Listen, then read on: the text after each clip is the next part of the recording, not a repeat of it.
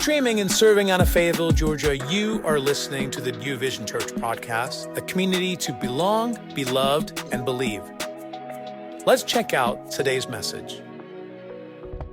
It's an important meal because if you're aware of the Passover, you know that this is a very significant time in the Jewish nation's life and how they were leaving Egypt and the firstborn was killed, and God had told them, you have to kill this, perfect sacrifice. You need to put its blood over the doorposts, and if you have that blood there, when I see the blood, I will pass over you.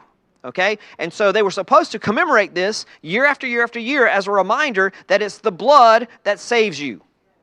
This is why we need to always mention the blood of Jesus, because it is the blood that saves. The life is in the blood. Okay? And so this is a very important thing. So Passover is commemorating this, and there are so many things. I can't really get into all of it because there is a lot of symbolism and correlation to the Passover and Jesus' death on the cross. Okay?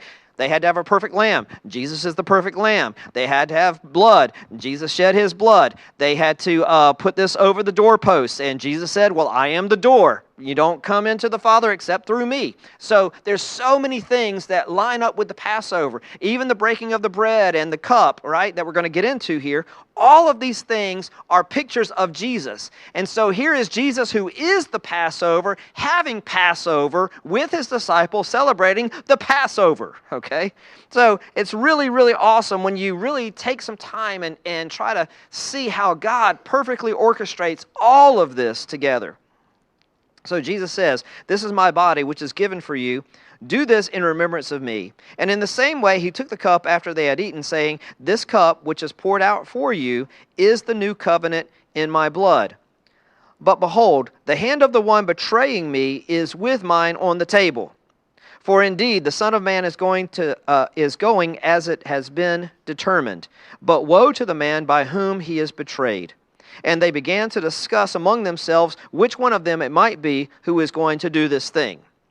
So the picture here is that Jesus is having his meal with all of the disciples, all of the apostles, and they're all at the table. And Jesus brings up this puts a damper on the party, because he says, well, the one who's going to betray me, and all of a sudden you can imagine ears are perking up. Betray? What are you talking about betray? Who's going to betray you? And Jesus says, well, it's one of you who are sitting right here. It's not somebody outside of this room. It's one of you who are right here. And he says, in fact, right, and we'll see this a little bit later, he says, it's actually the one who's going to dip in the bowl at the same time as I am. But up to this point, they're questioning, is it me? Is it me? Who is it, Lord? Is it me? Surely it's not me, Lord. And so Jesus is telling them that he's about to die, and he's going to die because someone's going to betray him. Someone's going to turn him over to the Roman guard. But tonight, when we're talking about Maundy, this command, this command that he's giving us, it kind of ties into the covenants. And we'll see here in that verse, he says, this cup which is poured out for you is the new covenant in my blood. Okay, so Jesus is introducing some things to them. He's talking about there's a new covenant, there's a new command. What is going on here? You see, I'm a preacher, so we got to line these things up. You got to C for covenant, you got to C for command. So let's talk about this for a second. The new covenant. What is the new covenant? Well, to have a new covenant, you have to have an old one, right? And so the old covenant was everything from the Old Testament. And many of us may be familiar with some of these terms, but quite honestly, because we're not Jewish, because we didn't live in this time, it can be difficult for us to understand all that was going on here when Jesus was talking to his disciples, to his apostles. But he's telling them, listen, I'm going to have a new covenant with you, which means the old covenant will be done away with. Okay? Now, what was the old covenant? The old covenant was the law. Okay, the law. Now, listen, I've been around here long enough to know, and even though we have tons of police out here on this road, there are a lot of you who are still breaking the law. Breaking the law, breaking the law, breaking the law. And, yeah. And the fact of the matter is this, is that the law, now sometimes we can get away with breaking the law here. But when it comes to God's law, you're not going to get away with breaking his law. He sees everything. Okay? Now, they're putting up cameras all over the place, so I would advise you to be careful driving out here because you just might get a ticket in the mail. But the fact of the matter is this, that the law was, it didn't matter who you were.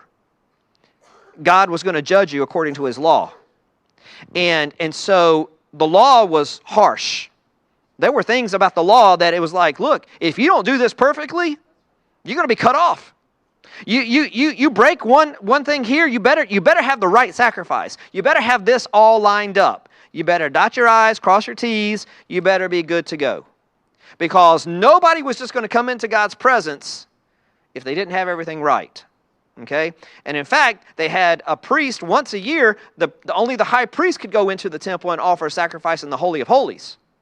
And that the priest, I'm telling you, he better have his stuff together, because if he didn't, he would be struck down and they would have to pull him out with a rope, because it was that serious. You don't mess around with God's law. So Jesus comes and he says, hey, I'm going to give you a new covenant. You can imagine a new covenant. For thousands of years, we've been living under this old covenant. We've been having to kill sacrifices. We've been having to do everything, walk the line. Jesus says, yeah, now I'm going to give you grace. Grace? What's grace? We've never heard of grace. And this is why when you get to Corinthians, where Paul says, shall you continue in sin that grace may abound? He says, no, forbid that. Because they were like, this is brand new. We don't know what to do with grace. We don't know how to handle grace. And Jesus says, well, this is part of the new covenant. That it's not about you doing things right, because let's be honest, none of us are going to do it right all the time.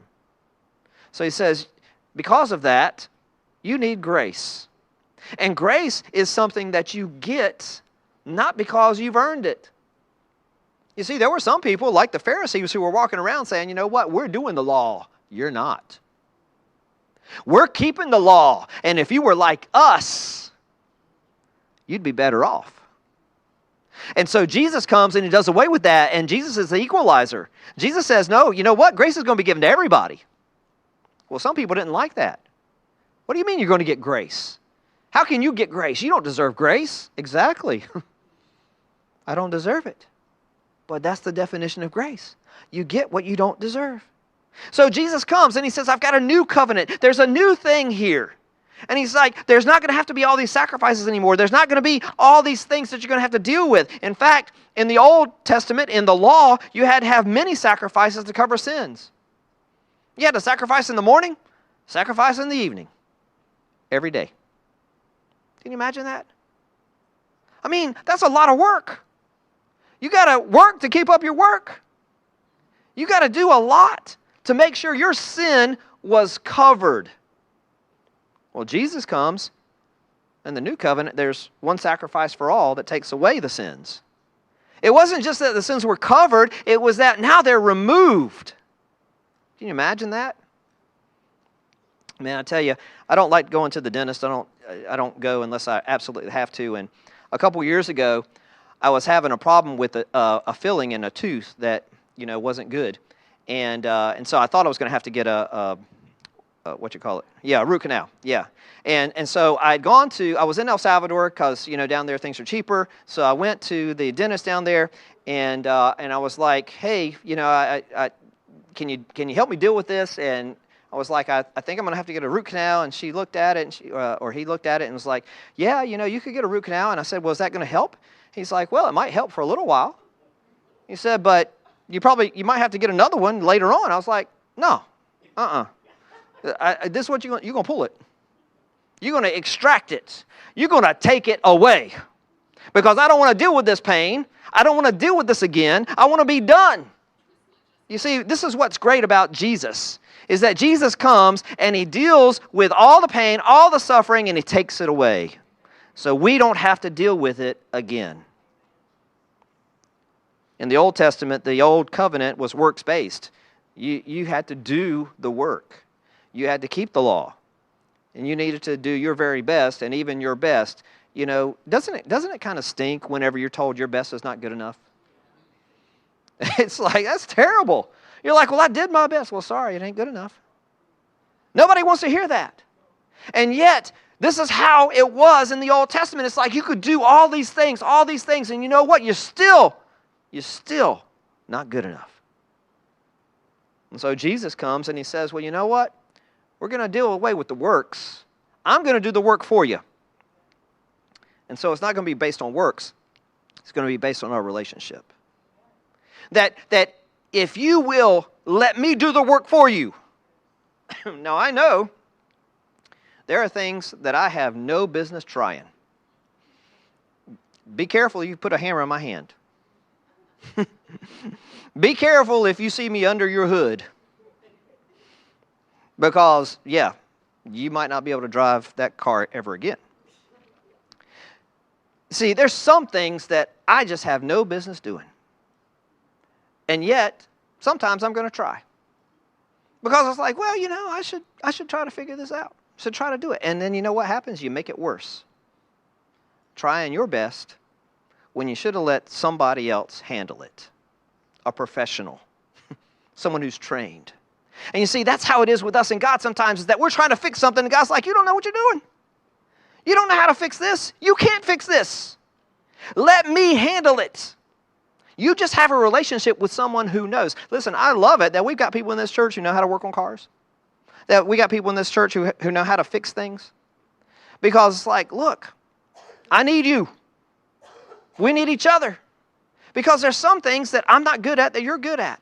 But when it comes to Jesus, when it comes to God, none of us can fix that. Only Jesus. And we better trust ourselves to the one who can handle it. He can handle everything. In the Old Testament, it was an earthly priest, right? You had to go to this priest and the priest would make the sacrifices for you. The priest would offer up these sacrifices on your behalf. The priest would intercede for you, pray for you. Jesus comes and he becomes our priest. He becomes our mediator. He becomes our go-between. We bring everything to Jesus. This is why we end our prayers and we say, in Jesus' name. Some of you may have wondered that. Why do we always say in Jesus' name? Well, it's because Jesus is our go-between. He's our mediator. We're bringing our prayers to him and he's standing up in heaven and he's praying on our behalf. He's bringing our prayers to God the Father so that, right, the things that Jesus asks for, we know he's asking according to his Father's will. You know, sometimes we can be praying for things that might not be God's will.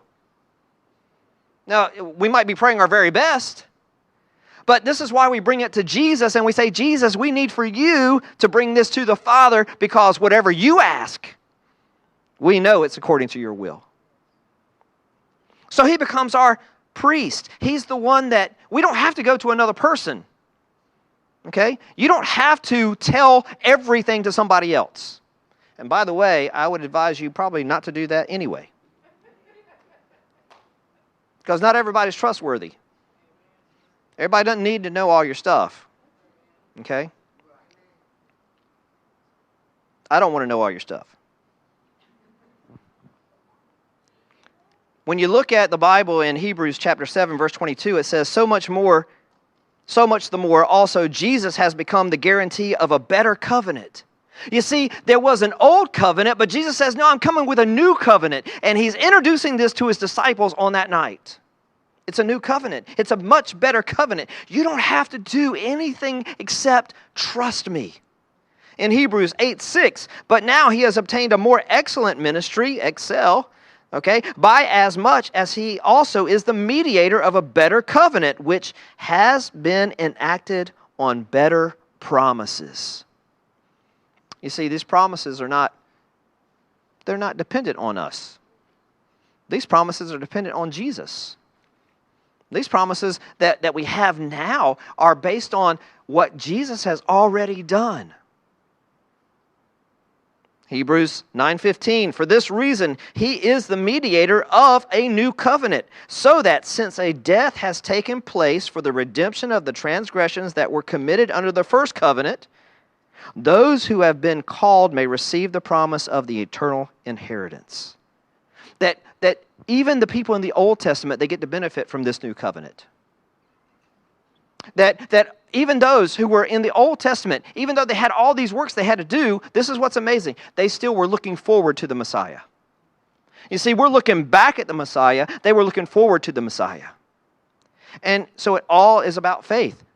It's only by faith that someone has a relationship with God. So we have a new covenant on Maundy Thursday. We also have a new command. A new command. What is that new command? Well, let's look at John chapter 13. And we're going to see this very clearly in John 13:34. Many of you may have even memorized this verse, and it says, "A new commandment I give to you, that you love one another." Now you say, wait a minute. That sounds like an old covenant. I feel like I've heard that before. Okay? And it does sound very similar. But then you read on, he says, "Even as I have loved you." That's where it's new. "That you also love one another. By this all men will know that you are my disciples if you have love for one another." You see, Jesus is coming and he's saying this. Yes, you have an old covenant, okay, or an old command. Let me show you where the old command is in a couple of different places, but I just picked this one from Leviticus 19:18. He says, "You shall not take vengeance, nor bear any grudge against the sons of your people, but you shall love your neighbor as yourself. I am the Lord." So we've all heard that. Love your neighbor as you love yourself. That's the old covenant. Even Jesus, right, in the Sermon on the Mount and a few other places, we see where Jesus even says, "Love your enemies." You say, "Oh, wow, okay, yeah," but that's still not what Jesus is saying here with the new command. The new commandment is different. Look at this in John 15:12 through 13 and 17. "This is my commandment, that you love one another just as I have loved you." You don't love others as you've loved yourself. He says, no, instead, you're going to love everybody the way that I've loved you. That's a little bit harder, isn't it? That's why Jesus said it's a new command. Because you see, in the Old Testament, it was like an eye for an eye. If somebody loved you, well, then you can love them back. You should love them back. But if somebody takes your eye, you know what? You go ahead and take theirs too. Someone takes your stuff, go ahead and take their stuff too. Do unto others as has been done to you. That's kind of the way it was. But Jesus comes along and he says, no. Don't just love your neighbor as you love yourself, because listen, we all love ourselves. There are things that we do for ourselves, and that's even noble to do for others as you would do for yourself. Okay, I see this jacket. Yeah, I might spend, $25 on myself, so let me spend 20 on somebody else. No, that ain't loving them as you love yourself. You spend 25 on yourself, you spend 25 on somebody else. That's what Jesus is saying. Now that's hard, isn't it? Because I don't know many of us who are doing that. We're not even loving our neighbor as we love ourselves. But then Jesus takes it another step and he says, no, don't even love people the way you love yourself. Love people the way that I've loved you. And that's a lot harder. That's a lot harder. That's why it's a new command. But this is what's crazy, is that Jesus says this is not optional. It's not optional. Is a command optional? If you got a pet, I'm telling you, they think it's optional. Right? Sometimes they listen, sometimes they don't. Okay? But Jesus is saying this. He says, love as he has loved us. Which means unconditional.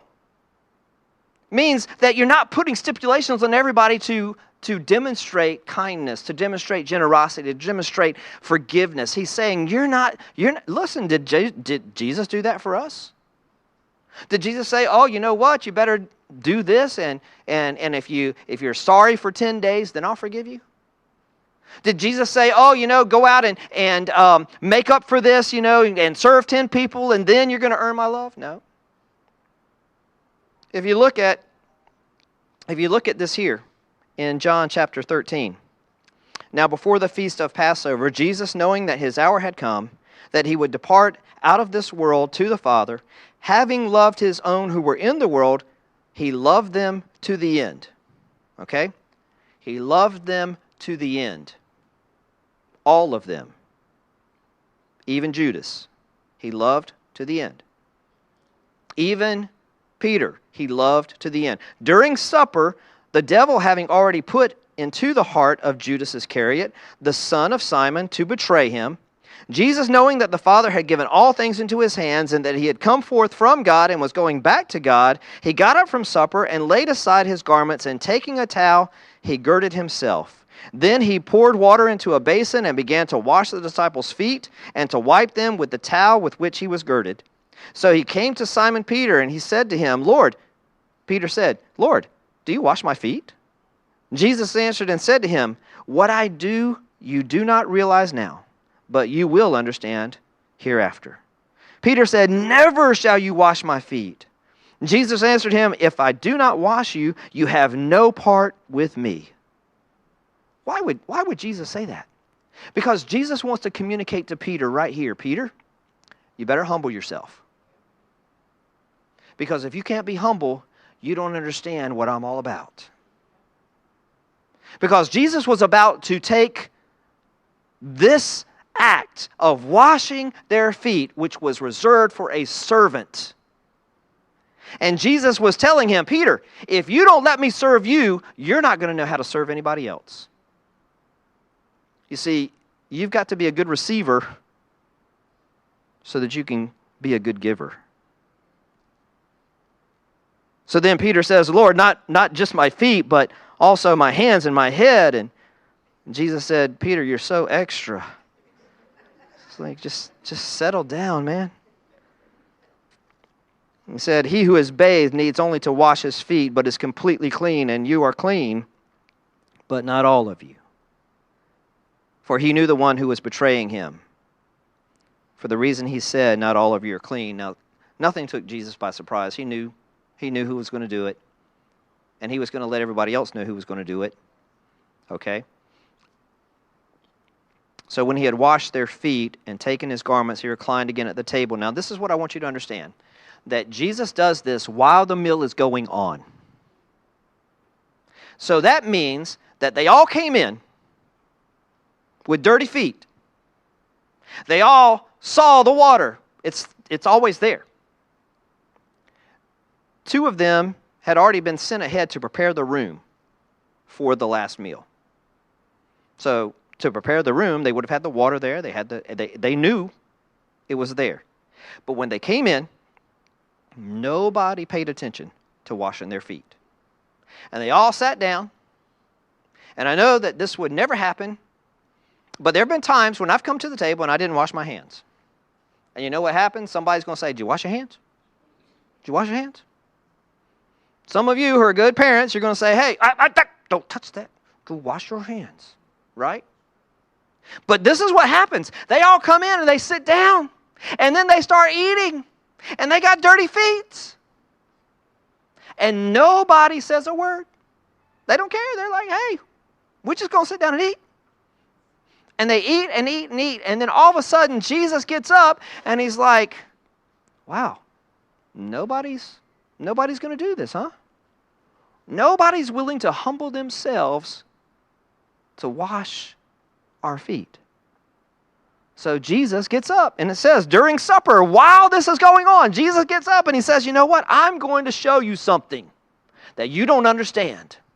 Because if you understood it, you would have done it. So Jesus gets up and he says, hey, let me get the water, let me get the towel. And he starts going around to wash their feet. This is what I want you to understand, is it doesn't matter how dirty you are, he still invites you to the table. You can come to the table. As dirty as you are, you get to come to the table. Because it's Jesus that has to clean you up. Jesus gets up and he does what nobody else could do. Because he was willing to humble himself and be the servant of all. Jesus got up and he poured the water into the basin and he began to wash their feet. And when he got to Peter, who most likely was one of the ones who went to set up the room, Peter's like, Lord, no, you can't do this. And I think Peter was feeling a little guilty because he realized, I probably should have been the one who's doing this. And the Lord says, do you know what I have done to you? You call me teacher and Lord, and you're right, because that's what I am. And I think the Lord was kind of doing a little, you're right, because right now I'm teaching you something. Right now I'm showing you something, and I'm your Lord, but look at what your Lord has done. Your Lord has now washed your feet. If I then, your Lord and your teacher, have washed your feet, you also ought to wash one another's feet. For I gave you an example that you should do as I did to you. As He has loved us, that's the new commandment. Love the way that He's loved us. Serve the way that He has served us. Truly, truly, I say to you, a slave is not greater than his master, nor is one who sent greater than the one who sent him. If you know these things, and how many people know these things? A lot of people. A lot of people know these things, but they don't do it. He says, if you know these things, I lost my place. If you know these things, you are blessed if you do them. I do not speak of all of you. I know the ones I have chosen, but it is that the scripture may be fulfilled. He who eats my bread has lifted up his heel against me. From now on I am telling you, before it comes to pass, so that when it does occur, you may believe that I am He. Truly, truly, I say to you, he who receives whomever I send receives me, and he who receives me receives him who sent me. When Jesus had said this, he became troubled in spirit and testified and said, Truly, truly, I say to you, that one of you will betray me. The disciples began looking at one another, at a loss to know of which one he was speaking. There was reclining on Jesus' bosom one of his disciples whom Jesus loved. So Simon Peter gestured to him and said to him, Tell us who it is. Who's he talking about?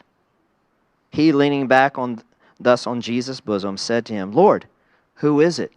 You see, John, the one who wrote this gospel, is sitting right next to Jesus. Peter is across the way. And Peter's like, hey, ask him who it is. We really want to know. And so John, because he's right there next to Jesus, John's like, hey, Jesus, who is it? And Jesus then answered and said, That is the one for whom I shall dip the morsel and give it to him. So when he had dipped the morsel, he took and he gave it to Judas, the son of Simon Iscariot. After the morsel, Satan then entered into him. Therefore Jesus said to him, What you do, do quickly. Now no one of those reclining at the table knew for what purpose he had said this to him. Some were supposing that because Judas had the money box, that Jesus was saying to him, Buy the things that we have need of for the feast, or else that he should give something to the poor. You see, Judas was the treasurer. And they thought he was telling him, hey, go out and get the things that we need for the feast. Go buy whatever we need for the poor. Let's take care of some of this stuff. But, of course, we know that wasn't what was happening. And so, Jesus gives us this new command. And what he does is he sets up a new pattern for how we should live. Why is Maundy Thursday important? Because Jesus does something that nobody expected him to do. He got up from the table and he washed somebody's feet, everybody's feet. He took on the form of a servant, as Philippians chapter 2 tells us, that Jesus, who was equal with God, did not choose to stay equal with God, but instead humbled himself and took on the form of a man and became obedient as a servant, even to die on a cross. So he gives us a new pattern. He says, you know what, if you're going to love, you can't just pick and choose who you love. You can't just pick and choose who you're going to serve. Jesus said, I am your example. Here's a new pattern. You follow me. Don't follow someone else. Don't do what somebody else does that you think, oh, well, they're doing it right, or I don't like the way they're doing it. Let me go over here. Jesus says, no, you follow me. What do you see me doing? How do you see me serving? How do you see me loving? So that means that we lay down our rights to ourselves. This is what Jesus did. He gives us a new pattern. He says, you know what? It's not about you walking around tooting your horn saying, hey, look at me, look at me, look at me. We have to take up our own crosses. Jesus didn't ask us to carry his cross, but he said you do need to carry yours. And sometimes, we're trying to give our cross to somebody else. Sometimes we feel like, that I shouldn't have to bear this cross. Why is this my cross to bear? Well, you know what? It's the one God gave you. Take it up with him. So it's like, my goodness, complaints. Oh, my goodness, have I heard some complaints this week? Complaining. And I have to be careful myself not to complain. Because it's like, well, why is it this way? Why do I have to do this? Why? I think God's just like, oh my goodness, here they go again. Really? That's why, like, when you get to a verse like in, what is it? I think it's Hebrews chapter 12, verse number 3 or 4, where it says, you haven't suffered so much that you're bleeding yet. Exactly, yeah. So the Lord's like, really? You going to complain about your cross? Have you been nailed to it yet?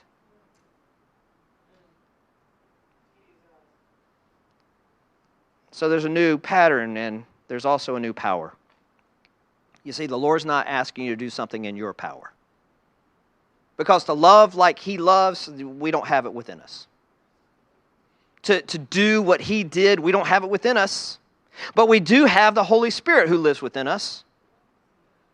That when we receive Christ, when we partake of what He is giving us, then we have a new power within us. And you say, sometimes this is impossible. I can't love like this. I can't serve like this. You're right, it's impossible. But listen, what seems impossible becomes impossible. That when we say, I can't, He says, well, I can. So let me. You see, that's the thing, isn't it? We don't want to let Him. We don't want to humble ourselves and let Him do what only He can do.